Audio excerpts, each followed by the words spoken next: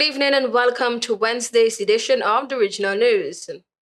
Nationals from 4 Caribbean Community CARICOM countries, Barbados, Belize, Dominica, and St. Vincent and the Grenadines, will now be able to exercise their rights to enter, leave, and re-enter, move freely, reside, work, and remain indefinitely in the receiving member states, in keeping with a CARICOM head's decision taken at the 49th regular meeting of the Conference of CARICOM Heads of Government this year, without a need for a work or residency permit.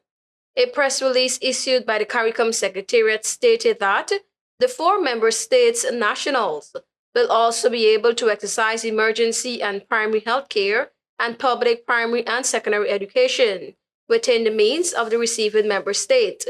The governments of the 4 CARICOM member states, the statement read, have agreed to implement full free movement among themselves from October 1 this year. CARICOM also noted that representatives from these 4 member states have been meeting and working to ensure that required measures to support the full free movement of their nationals will be undertaken and commence on October 1, 2025.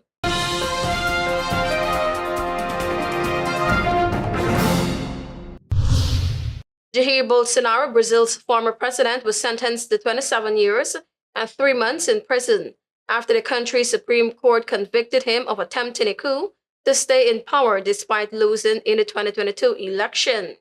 It's not the first time Brazil has convicted a former president, but it was the first time an ex-leader in Brazil faced coup-related charges, despite the country having experienced at least 15 coups and coup attempts since the end of its monarchy in 1889.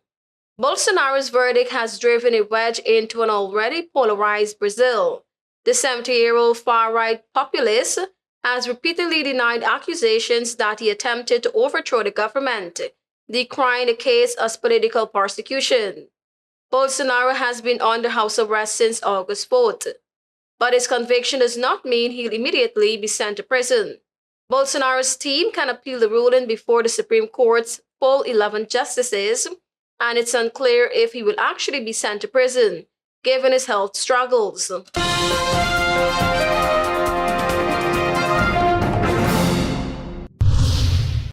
CARICOM countries have been listed in U.S. President Donald Trump's determination on major drug transit or major illicit drug producing countries for fiscal year 2026, submitted to the United States Congress.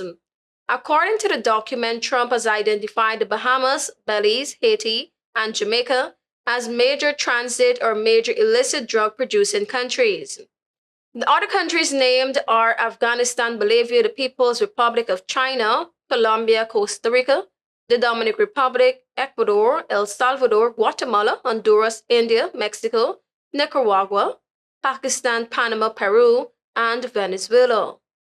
Trump noted that a country's presence on the list is not necessarily a reflection of its government's counter-drug efforts or a level of cooperation with the United States. Thank you for watching. I am Tiana Cole.